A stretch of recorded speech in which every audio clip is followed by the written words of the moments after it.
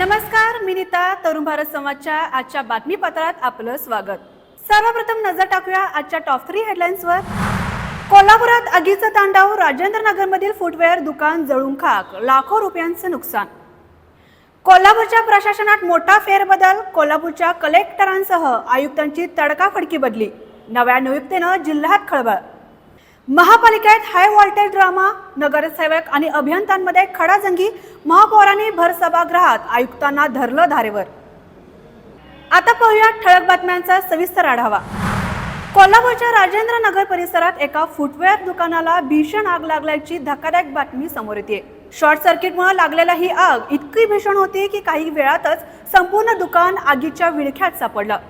घटनेची माहिती मिळताच अग्निशमन दलाच्या गाड्यानं तातडीनं घटनास्थळी दाखल झाल्या.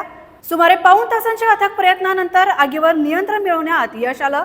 सुदैवाने या घटनेत कोणतीही जीवितहानी झालेली नाही, मात्र दुकानातील लाखो रुपयांचा माल जळून खाक झालाय.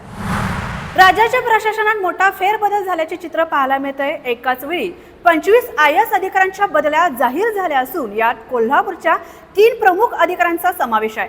जिल्हाधिकारी अमोल येडगे, महापालिका आयुक्त के मंजुलक्ष्मी आणि जिल्हा परिषदचे CEO कार्तिकेयन S यांची बदली करण्यात आली आहे. आता कोल्हापूरच्या जिल्हाधिकारीपदी डॉक्टर विजय राठोड, महापालिका आयुक्तपदी डॉक्टर राजेंद्र भारूड, तर जिल्हा परिषदच्या मुख्य कार्यकारी अधिकारीपदी डॉक्टर जॅस्मिन यांची नियुक्ती झाली आहे. या मोठ्या बदलांमुळे जिल्ह्यात सध्या एकच खळबळ उडाली आहे. कोल्हापूर महानगरपालिकेत गुरुवारी पाणी बिलाच्या मुद्द्यावरून मोठा राडा झाल्याचे चित्र पाहायला मिळालं. मीटर रिडिंगच्या वादातून उपजल अभियंता आणि नगरसेवकांमध्ये जोरदार खडाजंगी झाली.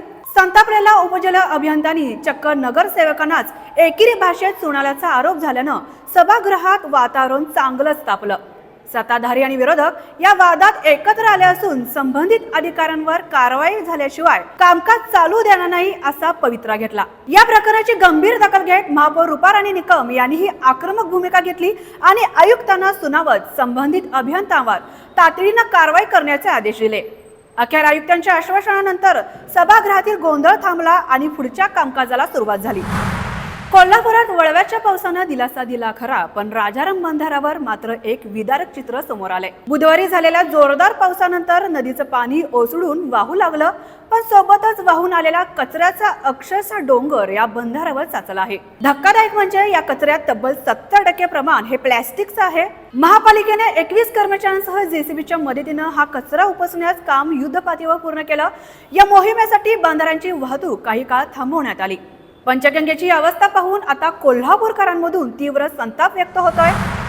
कोल्हापूरच्या चंदूर परिसरात भटक्या कुत्र्यांचा हौद सुरूच असून एका रात्रीत 6 कोकरांचा बळी गेल्याचा धक्कादायक घटना समोर येते. बुधवारी रात्री भटक्या कुत्र्यांनी केलेल्या भीषण हल्ल्यात या 6 पिलांचा मृत्यू झाला असून यामुळे संबंधित मेंढपाळांचं सुमारे 50,000 रुपयांचं नुकसान झालं.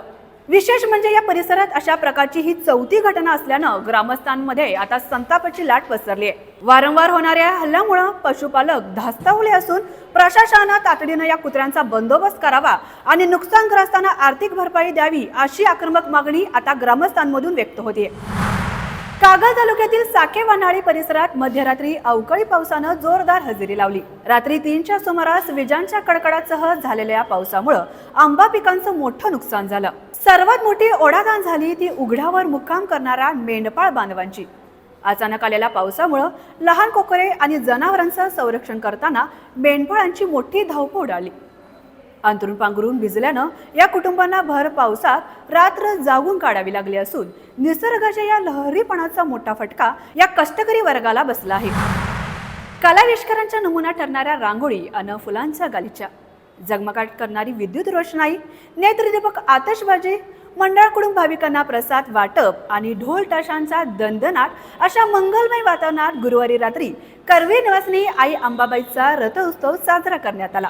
रथोत्सवात अंबाबाईच्या उत्सव मूर्तीचे दर्शन घेण्यासाठी हजारो भाविक एकत्र आले होते. मंडळाने तर संपूर्ण रथोत्सव मार्ग विद्युत रोषणाईनं उजळून सोडला होता. तसेच मार्गात सुवासिनींनी अंबाबाईचं औक्षण करून साडी व प्रसाद अर्पण केला. सलग 5 तास चाललेल्या या सोहळ्यानं कोल्हापूरकरांचं डोळ्यांचं पारणं फेडलं असून रथोत्सव मार्ग अक्षरशः भक्तीच्या रंगात न्याहून निघाला होता. भैरवाच्या नावाने चांगभल्याच्या अखंड गजरात आणि गुलाल खोबऱ्याच्या उधळणीत कोची येथील श्री भैरवनाथ देवाची चैत्र यात्रा मोठ्या उत्साहात संपन्न झाली. हलगी कैचाळ, धनगरी ढोल आणि ढोल ताशांच्या निनादात संपूर्ण खोची परिसर अक्षरशः दुमदुमून गेला होता. महाराष्ट्र आणि कर्नाटकसह विविध राज्यातून आलेल्या हजारो भाविकांनी या सोहळ्याचा आनंद घेतला. उगवत्या सूर्याला साक्षी ठेवत आणि चांगभल्याचा जयघोष करत भाविकांनी या चैत्र उत्सवाची सांगता केली. तर या त्याच्या जिल्ह्यातील ठळक घडामोडी अशाच नवनवीन अपडेटसाठी पाहत राहा तरुण भारत कोल्हापूर. चॅनलला सबस्क्राईब करा आणि बेल आयकॉनला क्लिक करायला विसरू नका. पुन्हा भेटूया उद्याच्या बातमीपत्रात. तोपर्यंत नमस्कार.